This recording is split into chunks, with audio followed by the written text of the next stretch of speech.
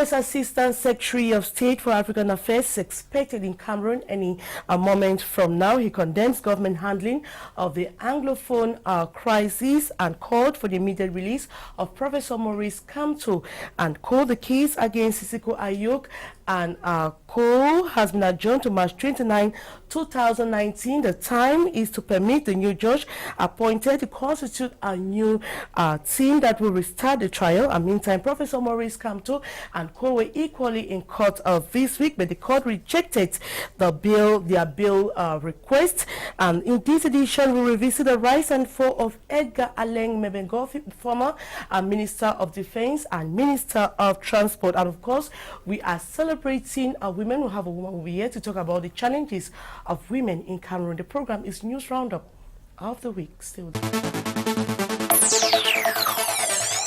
Hello everyone and welcome to News Roundup of the Week. I'm called Ndih Maureen. As usual, I'm delighted to be with you.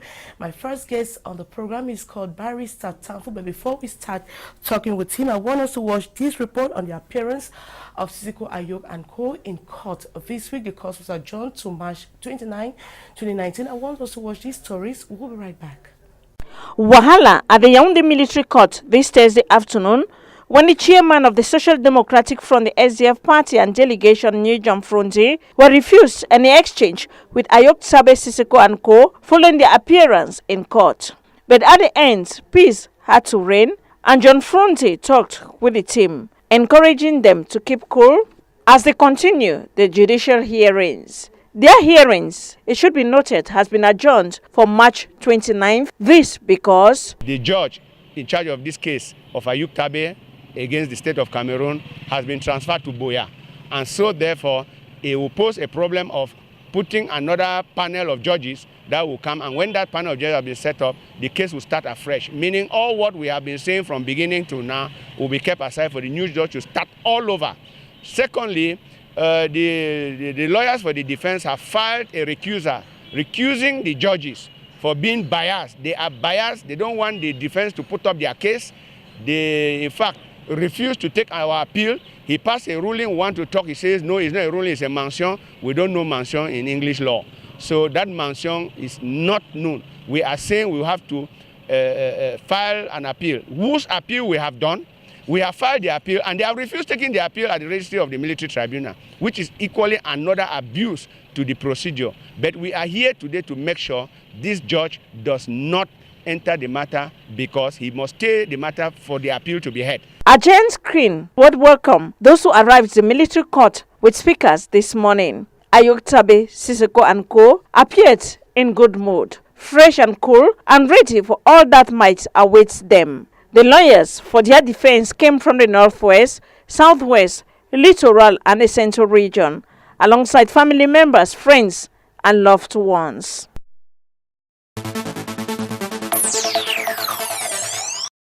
The trial of Ayok Tabe Julius Sisiko and Co has been adjourned to the 29th of March 2019. The time is to permit the new judge appointed this week, Lieutenant Colonel Jack Bodion Mise Jone, to constitute a new team that will restart the trial. The chairman of the Social Democratic Front, Ndih Maureen-Round Up, was in court today. He is expected to visit the detainees in the days ahead. Ayok Tabe Sisiko, Julius, and 9 others refused to leave the courtroom when forces of law and order attempted to stop friends and relatives from greeting them. The request of the detainees was later granted. Colonel Mem Michel, the presiding judge of the case of Ayok Tabe Julius and Co, was transferred to Boya Military Court this week. Lawyers explain that this automatically means he can no longer handle cases in Yaoundé. Defending lawyers of Ayok Tabe and Co have accused the courts of partiality. They argue that, given the delicate nature of the trial, Colonel Mem was not to be transferred at this point in time. According to Barrister Don Christopher, one of the lawyers of the detainees, the transfer of the presiding judge is a calculated attempt to delay the verdict of their clients. The lawyers say they will only present the verdicts of Abuja High Court that demanded the re-extradition of the detainees during the next court case on the 29th of March.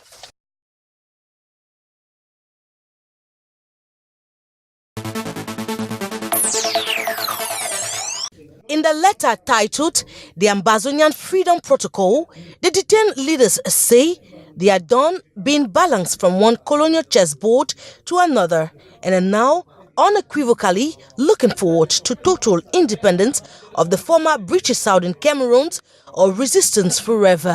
From their Kundenge prison cells in Yaoundé, the leaders promise to pick up and bind together the pieces of Anglophone communities mutilated by slave trade, defaced by colonialism, and battered by neo-colonialism. The leaders apologize to women for what they describe as a shameful way they have been treated and pledged to commit to total respect of women without qualification. In the letter, which is dated February 28, but published on March 4th, the leaders equally apologize to those who have been mistreated and hurt physically, mentally, and emotionally by tribalism, committing to total equality and respect for all tribes and cultures. They equally vouched to build a society where human rights are respected and there is an equitable sharing of the rich resources of the land. They thus unanimously resolved to continue fighting for the freedom of the virtual republic called Ambazonia. The letter was then signed by the leader Siseko Ayok Julius Tabe and the 9 others in detention. The letter comes a barely few days before the separatist leaders will once again appear at the military tribunal on March 7, 2019. Thursday's hearing would hold after the Federal High Court in Abuja ordered the Nigerian government to return the separatist leaders to Nigeria and compensate them financially.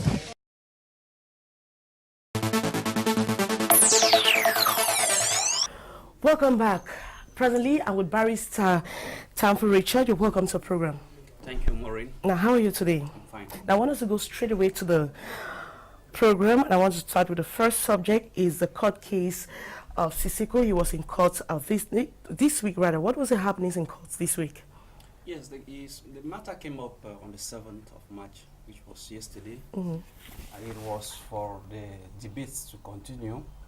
But within the week, we all witnessed that the president had to sign a decree in the military, and the presiding magistrate happened to be transferred to Boya. Okay. The reasons why the case could not go anywhere further because that judge is transferred. So it was adjourned that that the new magistrate who is appointed should take office and reconstitute the bench for them to hear back the matter at fresh.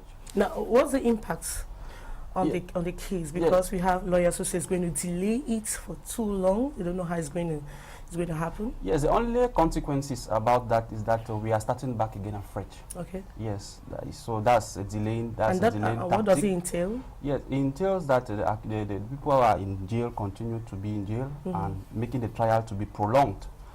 And it doesn't mean that all what has been said will be taken into consideration. No, it's coming at fresh. So which means that everything that was said before is cancelled. It's cancelled. Yes, you're starting back all over again. So what's the defense team? What are you going to do this time around? Well, we have a lot of because it's a big task for the defense. Well, we had from the preliminaries we had preliminary objections which we were trying to raise before the courts. Okay. Among which were first of all the status of the accused persons, which we try to present to the court that these are refugees and they are not within they cannot be tried within that court. We also try to raise issues of the jurisdiction of the military court, because we all know that civilians should not stand trial before military courts. So I think we will still continue in that same line of defense. And the great news we also have is that there is a federal high court in Nigeria that has passed a ruling. It will give us enough time to have a copy of the judgment and probably served on Cameroonian authorities to see how they execute it, because Cameroon and Nigeria have judicial cooperation. So do you think the court in Cameroon is going to obey to what the federal courts in Nigeria are saying or to their rulings? Yes, Cameroon and Nigeria have judicial corporations. That's the reason why you see a lawyer can go to Nigeria and train himself and then come back just like me. So I think that with that judgment will be served on Cameroonian authorities. And it is within that judicial corporation that Cameroon will be bound to respect it. What if it's rejected? Well, we all know that there a possibility of there's that? a possibility of it being rejected because we all know that this is a political trial. Okay. Everything has been done from the outset in gross violations of both national and international treaties. But it is not stopping the Cameroon government to continue with the case. So I don't expect a contrary decision from them, but we all have to do what the lawyer what job if it's is to do. rejected now? What's the government of Nigeria, what are they going to do? Well, it will only be for the lawyers in Nigeria, our colleagues in Nigeria, to mount pressure on the Nigerian government to make sure, because when a court gives a ruling, that court has to make sure that its decision is being respected. If not, it makes that court useless. So the lawyers in Nigeria will be mounting pressure on the Nigerian authorities to make sure that her decisions are executed, and maybe through diplomatic interventions and other like, we may come to something fruitful. Now, we saw an outburst of Sisiko Ayok in court yesterday, where he was actually talking to, men in uniform about who stopped the family from seeing him now, and he spoke in French, and the video is going viral. Now, what do you have to say about that? Because people are talking of a contradiction. You are not getting the French language in court, and this is a man speaking in French again. Is there a problem with that? No, to me it's not a problem. As far as your case is concerned. It's not a problem. You may be speaking French and you don't understand legal French. Okay. There may be legal communications which is different from the common French that you speak. So before the court, he's standing trial over legal issues, which to him, he may estimate that is his right, that I don't understand this legal language that you are using. So it doesn't mean that because he was speaking in French, it will automatically mean that no, they will subject him to that to the judicial, or impose on him to accept to say that he understands French. Right. He may not understand the legal language. So it's not going to affect the case? No, it's not going to affect the case in any way. In any way. Yeah. Now, we saw a letter from Sisiko and Co. from the Koninge prison. The letter is authentic, and the letter they're saying are going to continue with their actions to the end, to get independence. Now, what's your take on that? Well, we all know that Ayok Tabe and Co. they have their own political view. Okay. These are people who want complete cessation or complete independence with Cameroon. They estimate that the union that happened was done in gross violations, and they don't consider it authentic. So they want to secede. They want to get off from the Republic of Cameroon and then have their own state. So they have a right to their opinion, and if they can push it further or forward, is the best. That would be the best for them. All right. The president of the Cameroon Renaissance Movement, Professor Maurice Kamto and Co. were in court this week, and the court rejected their bail request. Let's watch these other stories. We'll be right back.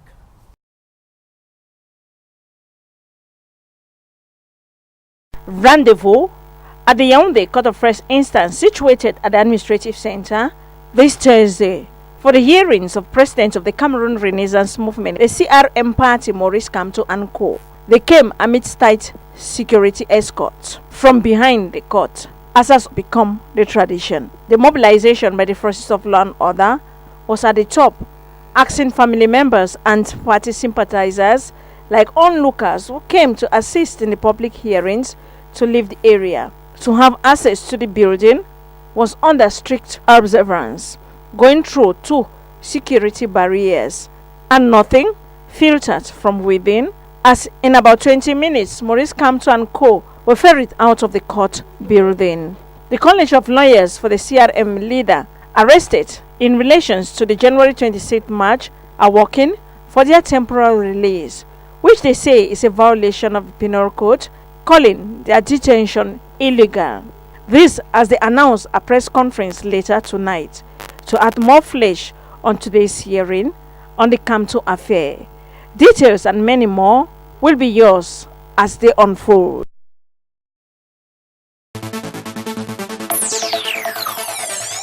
According to the statement issued by Federica Mogherini, European Union High Representative, the persistence of violence and human rights violations in the conflict-hit northwest and southwest regions have resulted into an unacceptable number of casualties and heavy impact in humanitarian and economic terms. Mrs. Mogherini equally noted that the response to the challenges facing Cameroon can only be achieved through an inclusive political dialogue and in the context of respect for fundamental freedoms and the rule of law. The top official of the European Union noted that such dialogue is also the foundation for the partnership between the governments of Cameroon and the European Union for the benefit of all Cameroonians. She also noted that if government initiates such dialogue, the European Union will be there to support the government. The outing of the EU diplomat was equally an opportunity to task the Cameroon government to free all supporters of the Cameroon Renaissance Movement Party arrested and detained over a month ago. The diplomat noted that the arrest and prolonged detention of several leaders of opposition party, including its leader Maurice Kamto, as well as opening disproportionate proceedings against them, can only go to increase the political malaise in the country. She therefore called for the release of Maurice Kamto and all his supporters. Following the negative remarks on Cameroon's justice system, Communication Minister Ndih Maureen-Round Up on Tuesday hit back, saying the diplomat's comment paints the wrong picture of the situation on ground and is an attempt to interfere in Cameroon's affairs. Ndih Maureen-Round Up said Maurice Kamto was not arrested for his political convictions, but rather he is being detained and charged with rebellion, insurrection, and hostility against the state. And welcome back. I'm still accompanied by Barrister Tamfo Richard. I want us to talk about the Kamto's case. The court rejected their bail request. Now, what do you have to say about that? Well, it's really a regrettable situation because... Were you expecting the court to grant that? Yes, of course, because not only were they filed in... It's not actually a bill. It's what we call habeas corpus. Okay. It's different from... Because you have to explain to us what it's all about, because people out there don't know what habeas corpus is all about. Yes, habeas corpus and bail are two different things. Okay. Habeas corpus legally is a procedure that demands the immediate release of somebody who thinks that he's being detained illegally. Okay. Which means that procedure was not respected. Exactly. Good. His procedure of arrest and detention were not respected. So he wants, and he thinks that it has lasted for long, and he wants that the court should grant his request for his release. So which is different from a bail. You may be on detention, and maybe because you want to have provision. It's not like a bail to get out of prison. Yes, it's not like a bail. You are telling them that you're detaining me illegally and you need to apply. I need to be There's out. a law that Good. says that. Exactly, which is a habeas corpus that was filed at the High Court. That is why you see it is specific. It has to be filed at the High Court according to the Cameroon Criminal Procedure Code. So that application actually was rejected, which to me I don't see why it ought to be. But we all know that the trial of Maurice Kamto and the others is a political trial, and I repeat, so we should not be expecting strict applications of the law, because from their arrest, from their deportation to Yaoundé, events committed in Douala, people are taken from Douala and brought to Yaoundé. You see that there is no follow-up of any rule of procedure. Okay. So we the lawyers on our own side, we only have to play our role as lawyers to make sure that we do the right thing. And now that it has been rejected, we have 5 days to go on appeal. So we'll appeal that decision and then wait to see what the Court of Appeal will have to say. Just like Michelle Doki was already in court again? Yes, Michelle Doki appeared before the military court yesterday, and unfortunately for her, she was remanded in custody. But we will continue to also fight for her to regain her freedom. All right. Now, the European Union and the USA actually sent out the release this week, and they're condemning the arrest of Professor Maurice Kamto and calling for his immediate release and government's poor handling of the Anglophone crisis. Now, what's your take on that? Yes, Can it play on the case? I think the US and all the other bodies are in their role. We all know the support, be it subventions or financial support that the US gives to Cameroon. Okay. They are our strong partners. So if they really see that something is not working well, I think it is in their role to try to see how they could persuade the Cameroonian government to see what to do.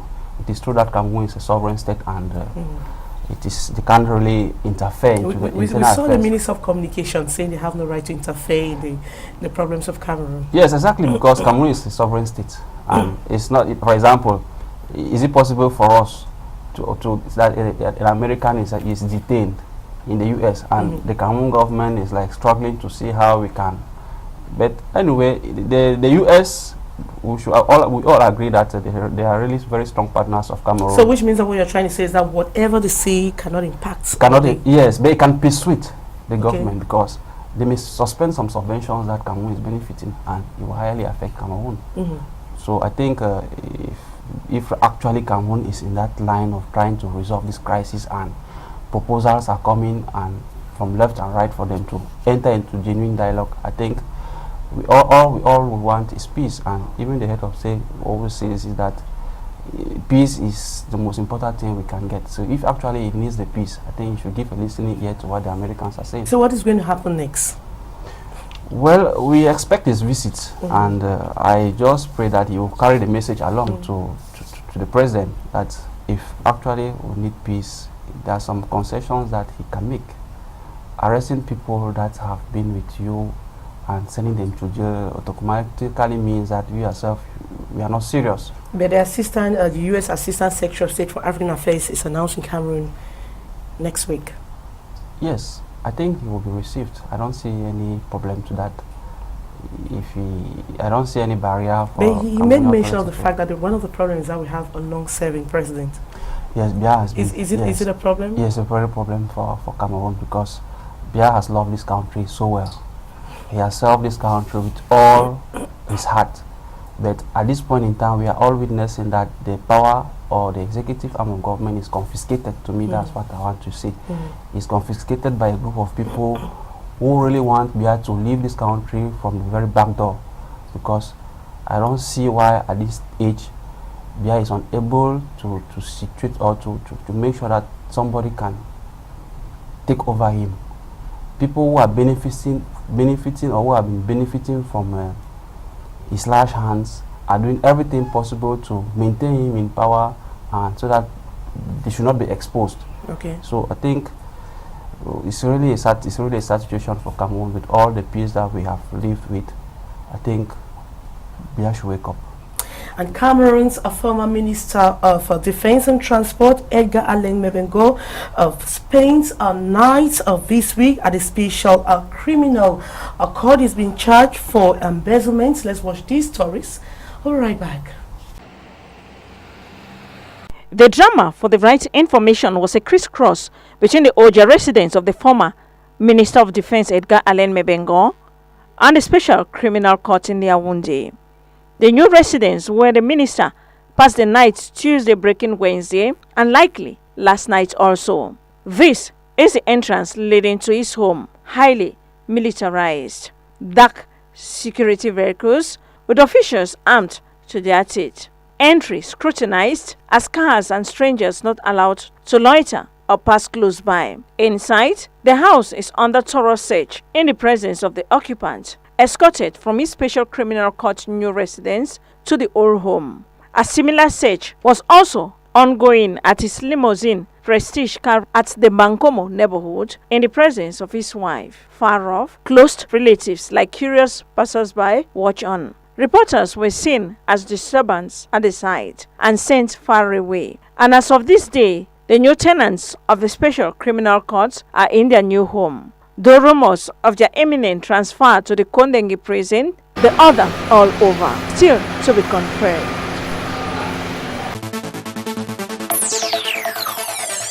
Born on January 22, 1957, in Sang-Malema, South region of Cameroon, Edgar Alain Mebengo has held multiple positions in the Biya regime. His political career started in the East region, where he served as the economic affairs advisor to the governor of the region.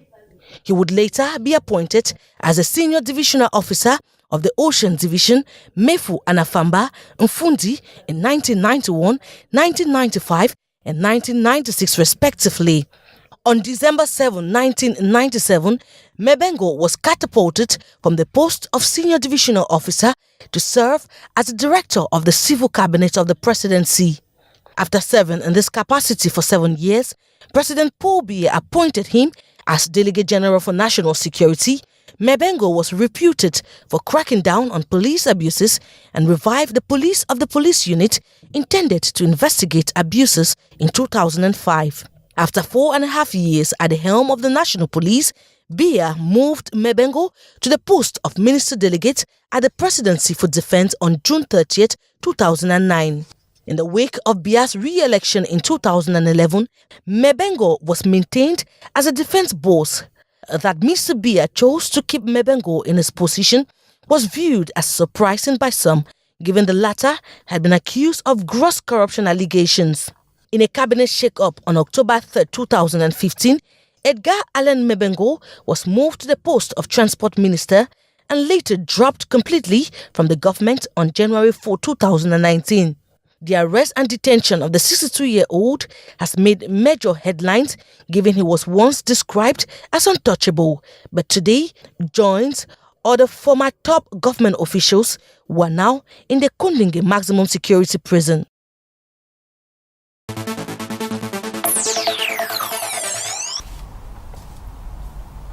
And welcome back. I'm still accompanied by Barrister Tamfu Richard. I want us to talk about the grilling of Edgar Allen Mebengo.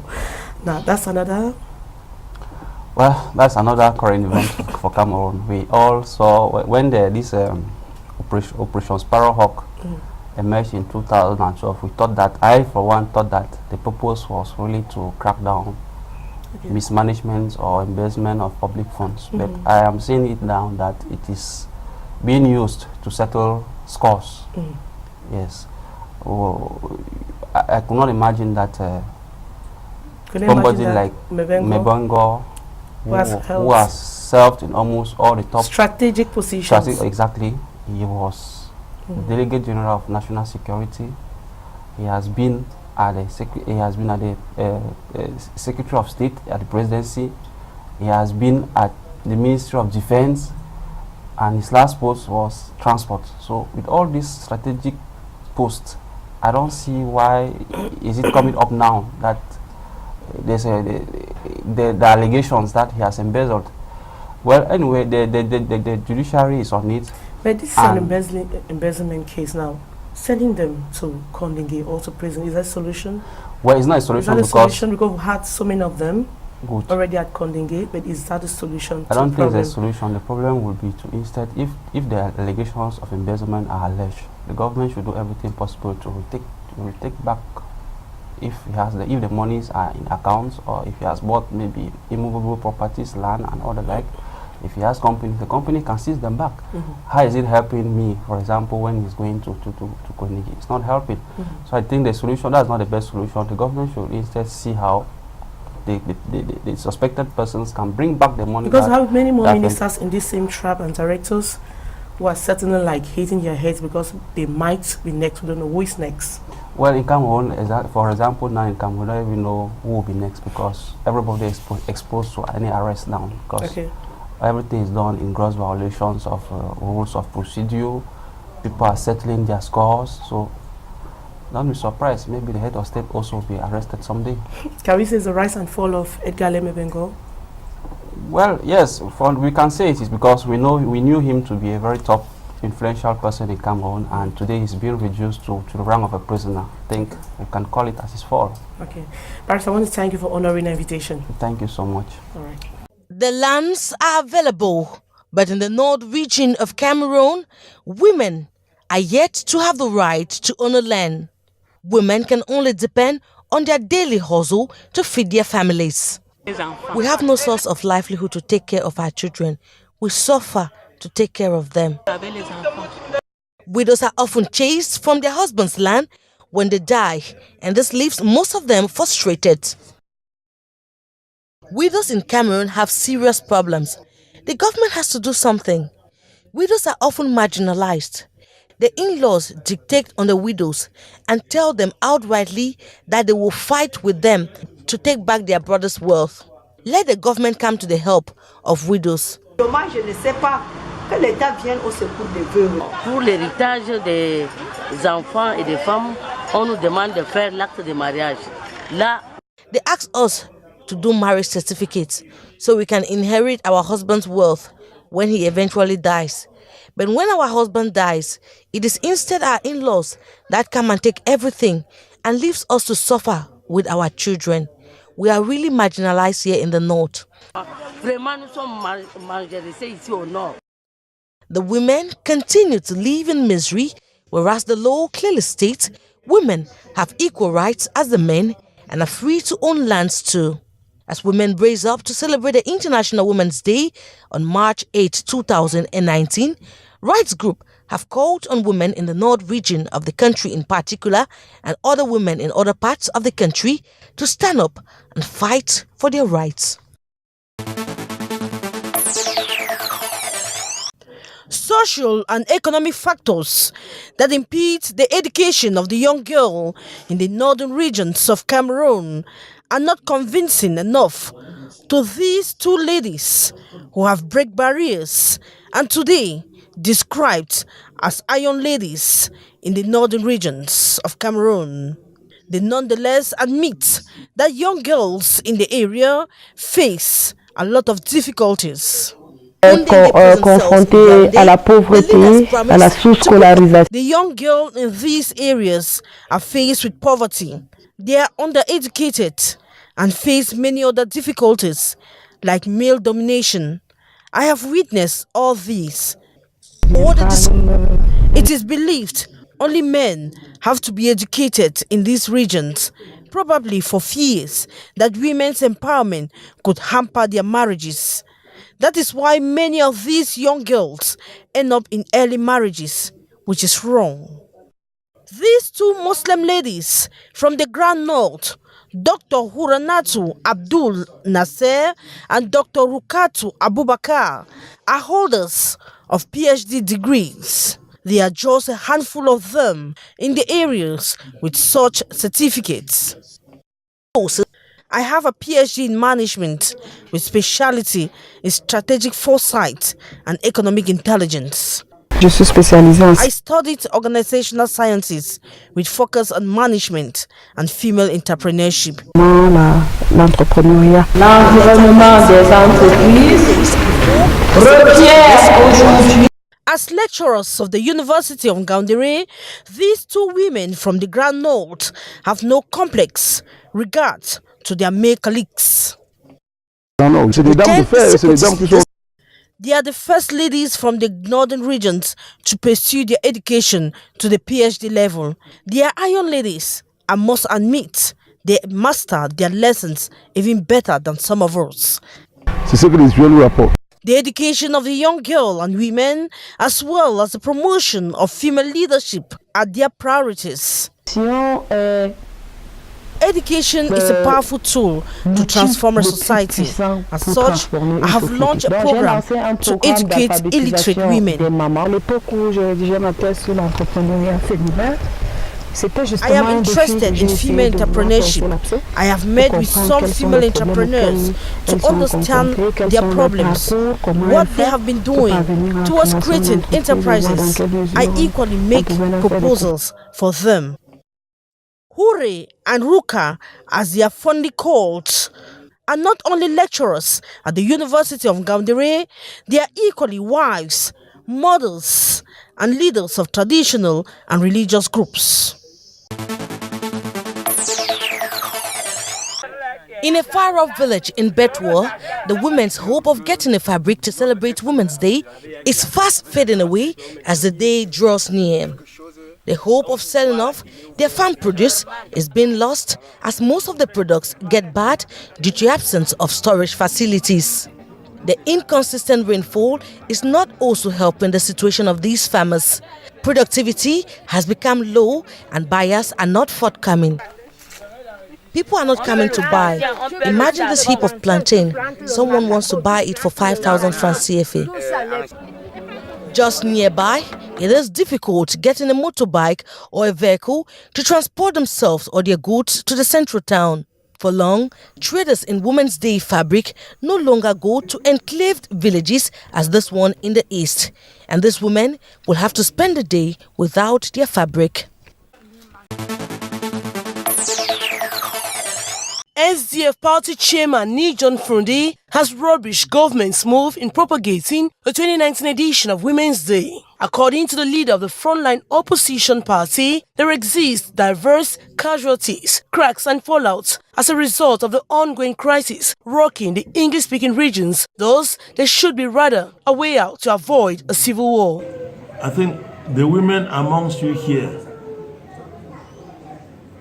I think they're more vulnerable than you, the youths who are recording this interview. Because they can arrest her anywhere and rape her and rape any of you. But is this the society that we should be living in?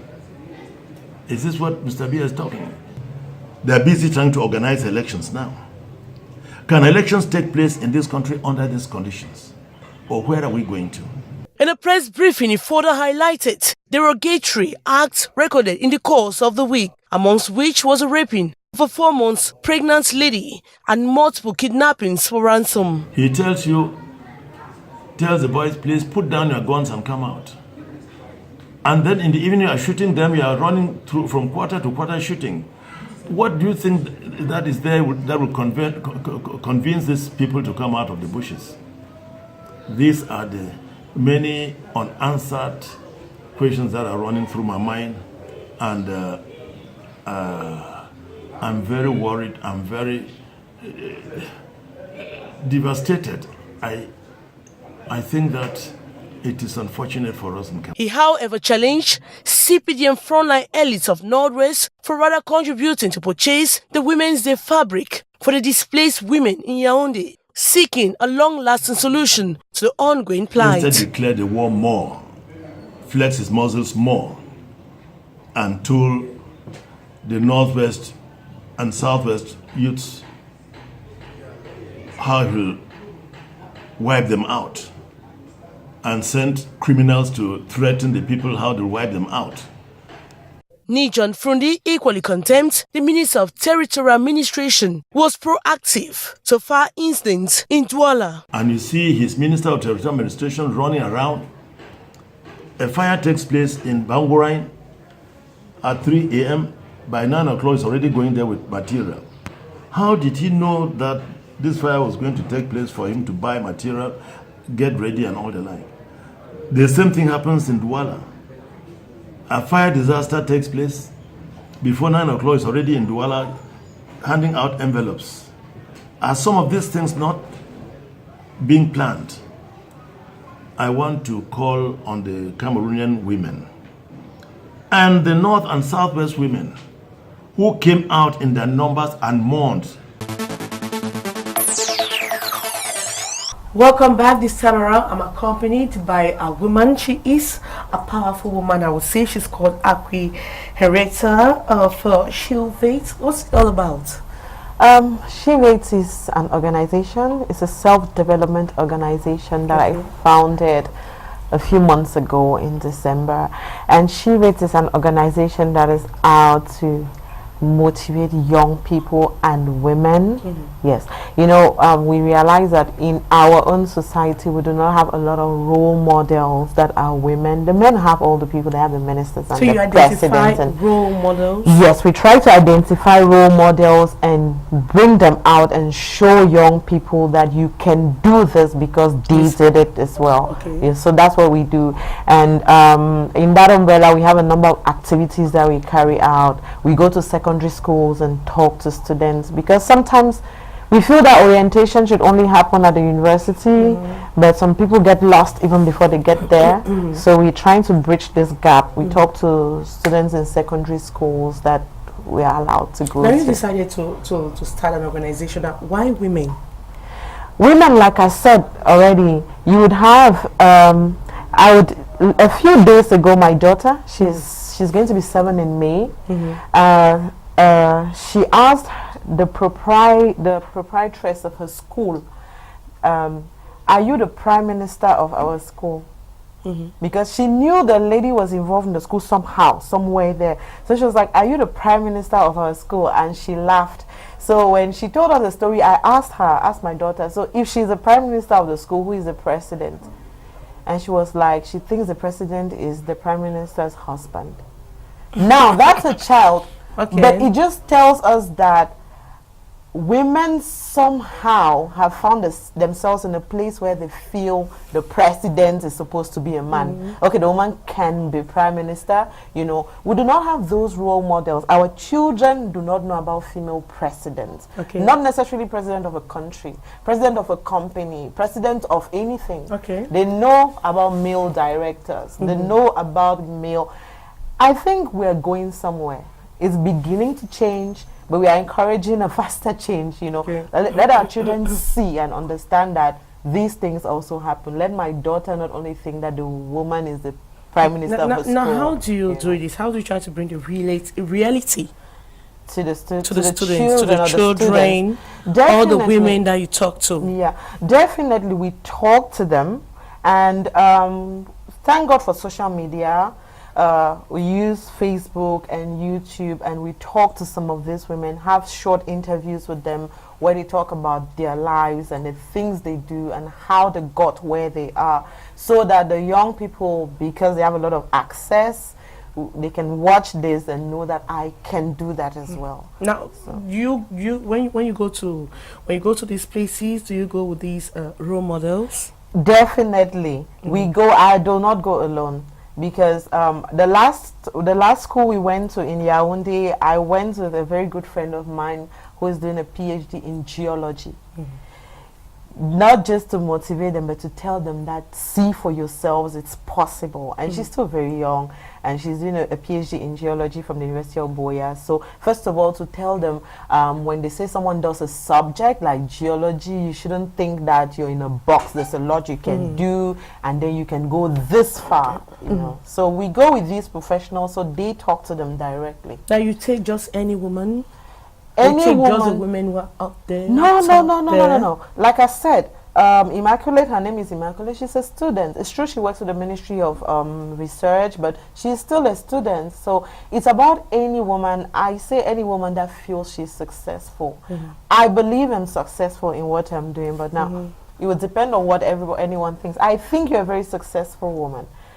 But some people would not want to think that. They would want you to be in a very big car. Now do you think your message really goes through? It does. Do you have positive feedback? Yes. You actually have men who tell that, okay, I came already to the office and I met this woman and it actually changed my mentality. Do you have stories like that? Yes, we do. Well, like I said, the organization was created in December. We do not have, we cannot. So it's not still 1 year old. It's still months. Yes. So obviously you're going to reach. We are coming to that. So what are your targets in 2018? What are your goals in 2019 rather? In 2019, we want to first of all put out as many videos as we can of succeeding strong women to show to young people. Now, are you celebrating International Women's Day? Well, it depends on what you call celebration. I'm celebrating in my space. It's not like I'm going out to march or to dance or to drink. You're celebrating a woman. I'm celebrating the woman, first of all, that I am. Now, in Cameroonian context, is it worth celebrating? In the Cameroonian context, when you say worth celebrating, it's like we just let all the outside noise impact us. The things that happen are not worth celebrating, but as an individual, if you cannot celebrate yourself, you cannot impact people, I believe. So if we can, even in the midst of all of this, still say, I know that I'm a strong woman. If you cannot come from that place, you cannot change any of the things that are happening. Now, what are the problems of women today? We're looking at the Cameroonian woman. There's a lot of talk about equality and equity. Sometimes I get confused myself. And I believe that there's a need for women to stand out, not just by what we say, but by what we do. Stand out in the people that we are. We should not expect men to believe that we can because we say we can. let's just do what it is that we can do. You understand? And I'm very excited about this time. You know, there's so many problems, definitely, but at the same time, you see so many people coming up, so many organizations coming up, so many strong women coming up, and it's a very exciting time. Now, what are the priorities of women today? What should be the priority of a woman? Because you know, what are the priorities and what should be is really what are the two priorities? different worlds. What are the priorities today? I think that women want to become very independent, and I think it's a good thing. Independent. But can you be independent just alone as a woman? You cannot go far if you're alone.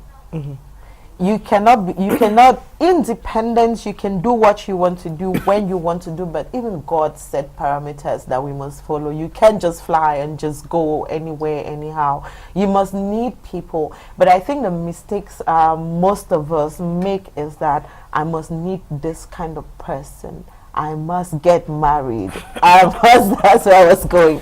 Some women are so you set your own goals as a woman and want to achieve that. Definitely. And I think you must also be aware of the higher authority, which is God. For me, you can't just set goals like you come from somewhere and then me as the woman and then the people around me, because it would also be very selfish if it's just you. So all what we do is for the people around us. Yeah. So there is a lot of problem with leadership. Leadership is a whole different topic on its own. Yeah. It's a big problem. Just in our very country. briefly, because we don't see women at the top. What explains that? Now, when you say women at the top and you say leadership, it means you're particularly talking about position leadership. I think I know leadership. Maybe you can. We can talk about leadership all maybe of in the that. house, from the home. But let's talk about you graduating from the university or you're working, and the woman is pulled down there. She's never up there. Yes. As a leader. Yes, we have all these problems, and that's why I said at the beginning that we should and we are going past talking and doing. Okay. Yes, if we decide to inculcate those leadership qualities and be the leader in your environment even before you get the position, because that's the way it should normally go. You don't get appointed and then you have leadership qualities. You have the leadership qualities and then you get appointed. So rather than complaining and getting angry and you know, all of this talking, if we just inculcate those leadership qualities and leave that leadership, I believe that gradually we're going to get where you cannot ignore something that's good. Now I'm giving you 1 minute to address women out there. Oh, well, I'd like to say to the woman, I'd like to say to the woman that you are beautiful, you are strong, you can do what you want to do. All it takes for you, first of all, to understand who it is you are. Okay. Understand who it is you are, take into account where you are, and you must know where you are going. That's a battle we all fight every day. Sometimes it's hard to stay focused because we have not fixed our eyes on something in particular. This is where I'm going, and if we can be able to do that, and then the distractions won't be the problem. All right. Now, I wish you good luck in your projects, Shivals, and we'll hope to see you next time. Thank and you that in very 2019, you're going to have more role models. Yes. You've identified more in 2019. You have more you have to meet. Sorry? You have more women you have to meet in 2019 who are role models. I have so many women I want to meet. The means is but I cannot lack a woman I would want to talk to and a woman that could motivate people. That's why I say it's an exciting time. Okay. Yeah. I want to thank you for honoring the invitation. Thank you very much, Maureen. And to you all, say thank you for watching. Do take an rendezvous same time next week. Goodbye.